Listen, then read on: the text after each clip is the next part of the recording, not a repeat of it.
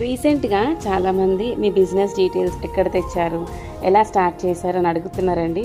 I'm glad చాలామంది start చేయడానికి try చేస్తున్నారు బిజినెస్. We're very happy.